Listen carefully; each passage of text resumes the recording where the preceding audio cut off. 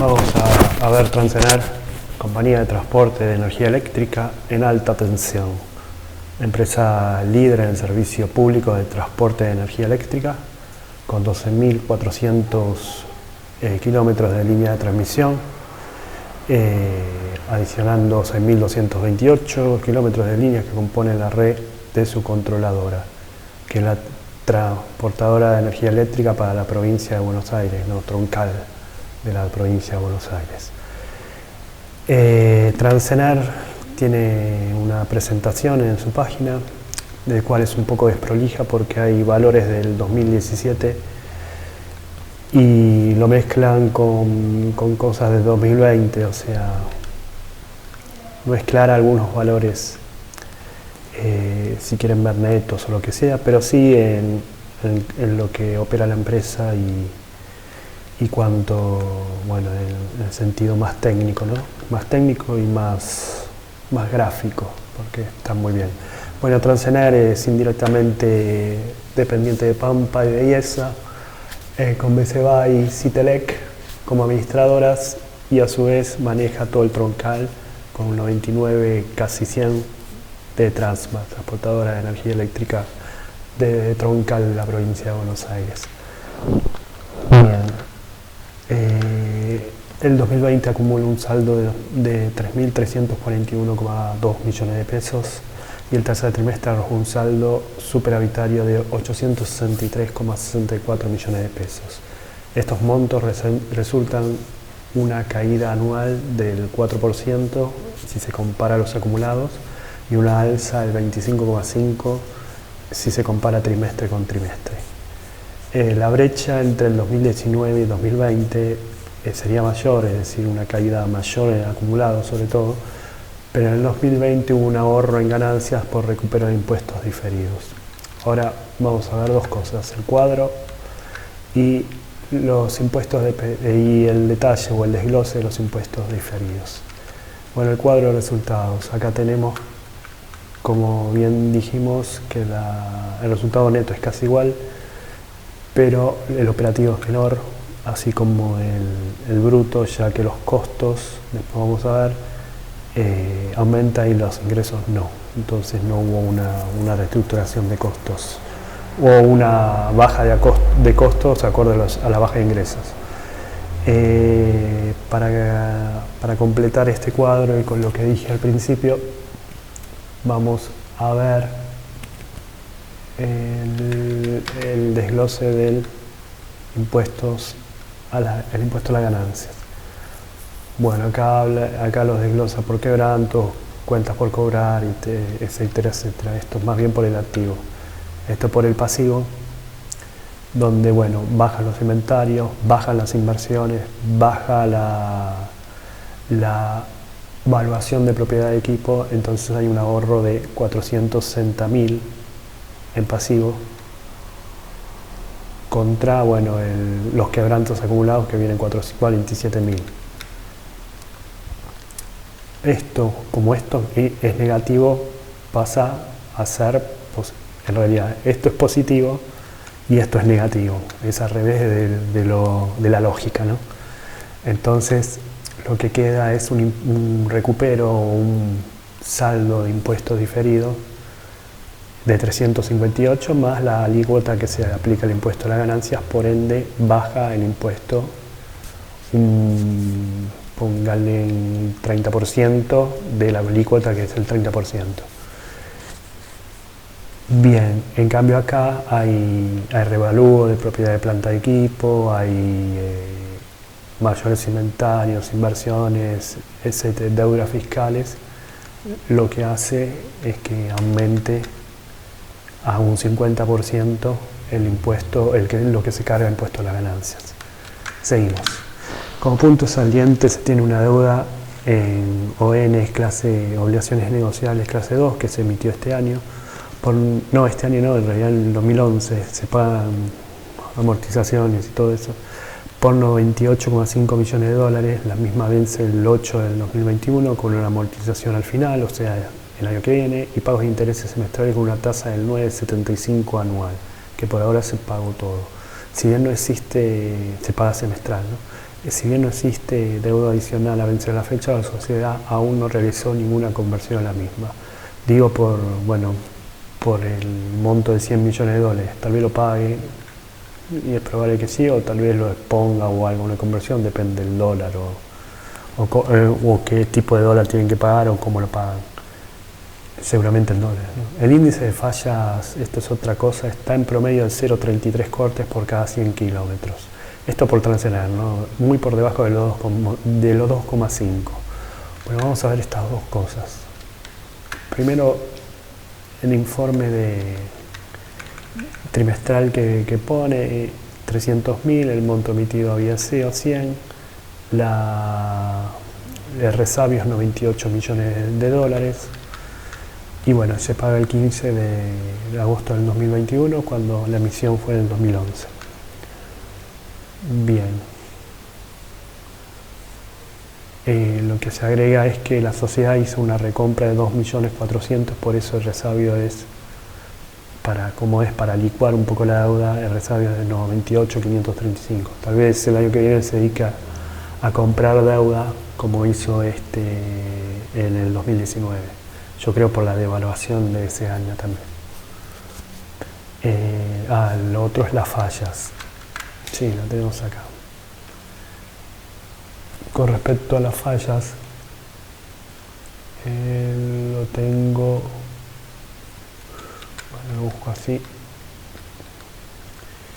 Acá el índice de fallas está muy por debajo de los 2,5, esto por 100 kilómetros, y son los parates que hay en todo el trayecto de los 12.500, y en Buenos Aires es 1,17, pero el límite de falla es 7, o sea, muy por debajo. Allá, en la presentación,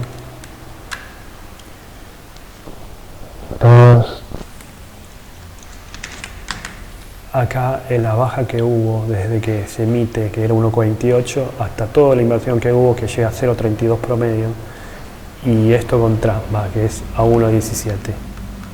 Esto de que se emite, o sea, beginning of concession agreement, desde que tiene la concesión. Bien, seguimos. Los ingresos por venta acumulan 11.475,2 millones de pesos, cayendo en interanual un 14,8 con respecto al tercer trimestre del 2019, principalmente por la falta de ajustes tarifarios semestrales previstos a partir del 2 del 2020, sobre los cuales el R no ha expedido aún.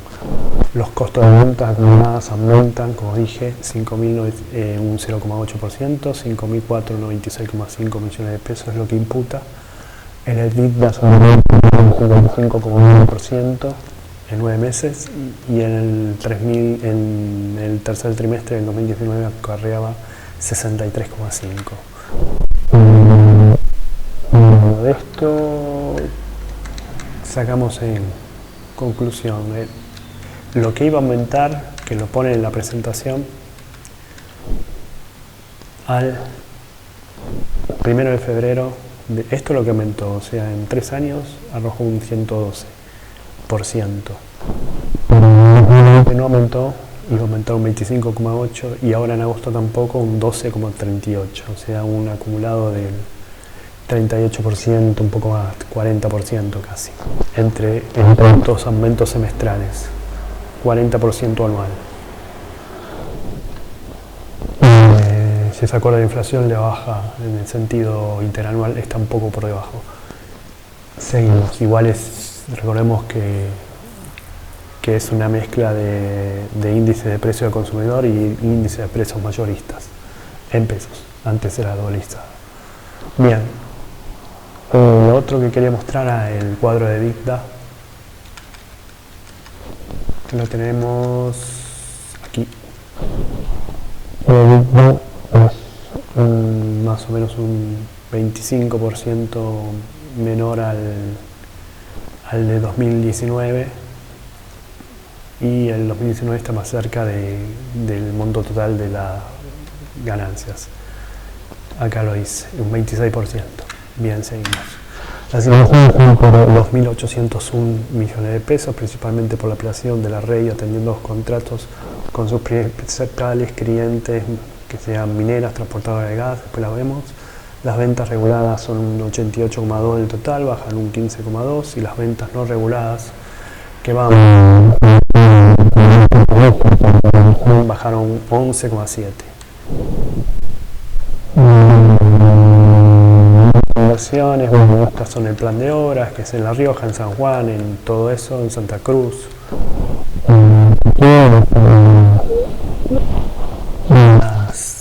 Los clientes son transportadora minera, minera lumbrera, Chailec, que es eléctrica, Nucleoeléctrica Argentina, transportadora cuyana, etc.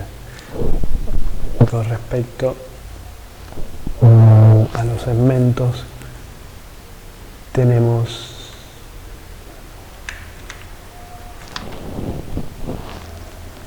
acá las ventas reguladas,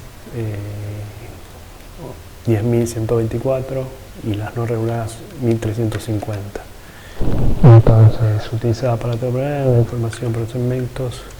Quien toma, bueno, los segmentos operativos según el R es la regulada, y la que está fuera del R no es la regulada. Acá hace como es la consolidación con el ajuste por inflación.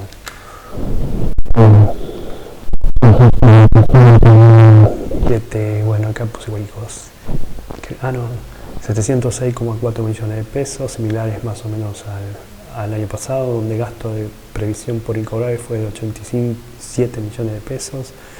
El año pasado era un ingreso de 19 millones de pesos, es decir, de la provisión que se tenía por incobrables hubo un recupero un 30% contra la provisión, y el gasto pasó a ser un ingreso. Sueldos sostenidos aumentó el poder adquisitivo de la gente un 2% más o menos. Gastos, y vamos a ver lo de incobrables, esta cosa rara que pusieron, que ahorraron 19 millones el año pasado porque no hubo tantos incobrables, o sea, no se usó, y acá sí se usaron 87 millones. Los resultados financieros se acumularon 582 millones, el año pasado dio un negativo de 425,3 millones, por mayores perjuicios en diferencia de cambio y saldos negativos de RECAM. La deuda financiera asciende a 13.650,4 millones de pesos, donde el 55,5% es moneda extranjera, casi toda la obligación negociable que vimos, o todo. Una tasa de 9,75%, el resto es en pesos con una tasa promedio del 40%. Efectivos de 815,4 millones de pesos, el año pasado era de solo 15,5 millones, principalmente por el pago de dividendo de unos 5.000 millones de pesos en el 2019. Cambio de gobierno, entonces ¡pum! Licuemos todo. Bien, vamos a ver los resultados financieros primero acá, donde se ve la diferencia. Bueno, la diferencia de cambio, si bien es mayor acá,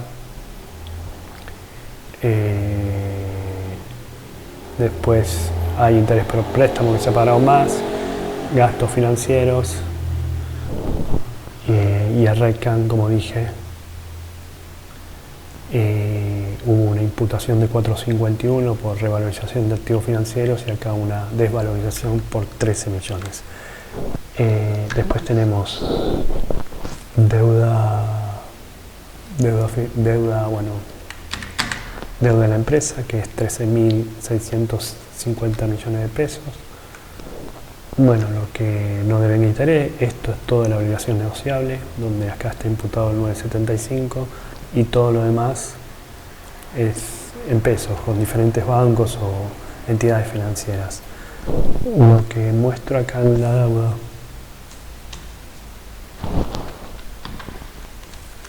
es esto. El total de la deuda dividido al EBITDA es un 0,8%. Cuando, esto para septiembre, esto lo ponen ellos, el financiero. Cuando en 2016 la deuda era 4,7 del EBITDA. Esto está aumentando igual, pero muy poco.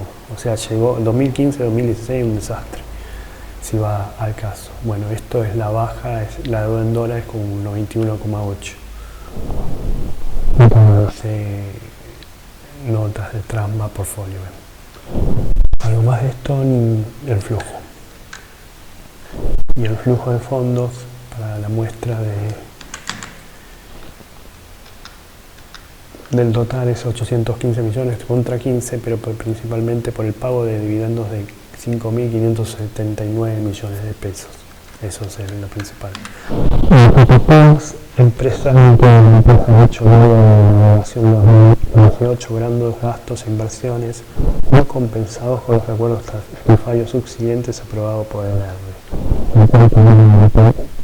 dos ajustes tarifarios, como dije anteriormente, lo de febrero y lo de agosto. Hemos llegado a un acuerdo para poder dar un cumplimiento de un nuevo plan de inversiones que determina el ERRE para recomendar la situación económica financiera. Resalta la demora que registra Gamesa en cumplir el pago de la remuneración a pesar de la pandemia, la estación transformada de Seiza por renovación de los sistemas de operación en tiempo real frente a unos escenarios que no llego a leer, no lo voy a leer. Escenarios operativos en tiempo real más exigentes. Bueno, esto no va, se continúa con el desarrollo del sistema. A ver. Acá está, por eso, esto no iba.